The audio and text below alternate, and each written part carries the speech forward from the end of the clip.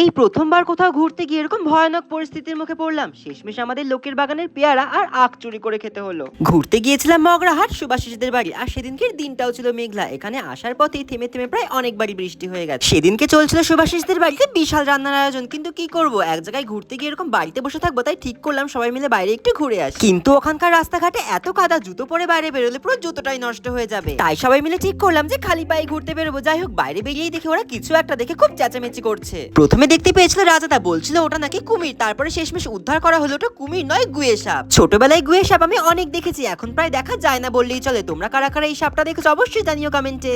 উফ গাইস, বাইরের পরিবেশটা দেখো, যেন মনে হচ্ছে হাতে আঁকা কোনো সিনারি। ধানের গোলা, গাছপালা, রাস্তা, তার উপর মেঘলা ওয়েদার। অনেকদিন পর এরকম কোনো গ্রামে ঘুরতে আসলাম। এরপর আমরা ঠিক করি চাষের জমিতে ঘুরতে যাব, তাই রওনা দিলাম চাষের জমির দিকে। এইদিকে রাস্তায় দেখো কত কাদা। এখন আমাদেরকে এই কাদাগুলোর ওপর দিয়ে যেতে হবে, তাও আবার খালি পায়ে। আসলে আমার কাদার ওপর দিয়ে হাঁটতে কোনো অসুবিধা নেই, কিন্তু এই কাদাগুলো না আমার ঠিক পছন্দ হয়নি। তাই সবাই মিলে কোনো মতে কাদার উপরে ইট পেতে তার উপর দিয়েই আসলাম।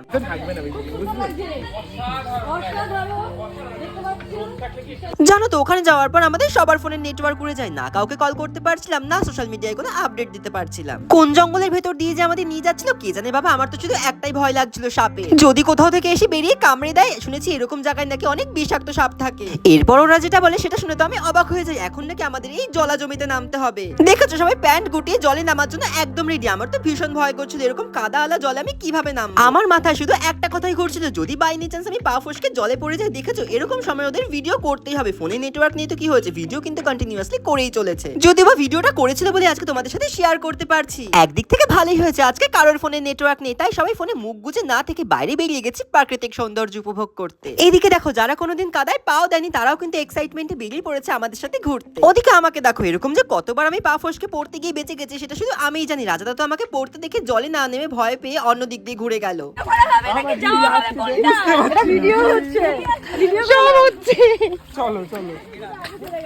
দেখো আজকে আমরা কোথায় যাচ্ছি, কেন যাচ্ছি কিছুই জানি না, শুধু এইটুকুই জানি যে আমরা খুব এনজয় করছিলাম। কারোর জামা নষ্ট হয়ে যাওয়ার কোনো ভয় ছিল না, আর না ছিল বাড়িতে ফেরার কোনো চিন্তা। সত্যি আজকালকার যুগে আমরা ফোন স্ক্রলিং করা, রিলস দেখা বা কাজ নিয়েই ব্যস্ত থাকি, কিন্তু আজকে এখানে এসে আমার মনে হচ্ছে যেন আমার ছোটবেলায় ফিরে গেছি। ওদিকে ওরা দেখো লোকের বাগান থেকে শশা চুরি করছিল, এদিকে তখনই নেমে পড়ে মুষলধারে বৃষ্টি।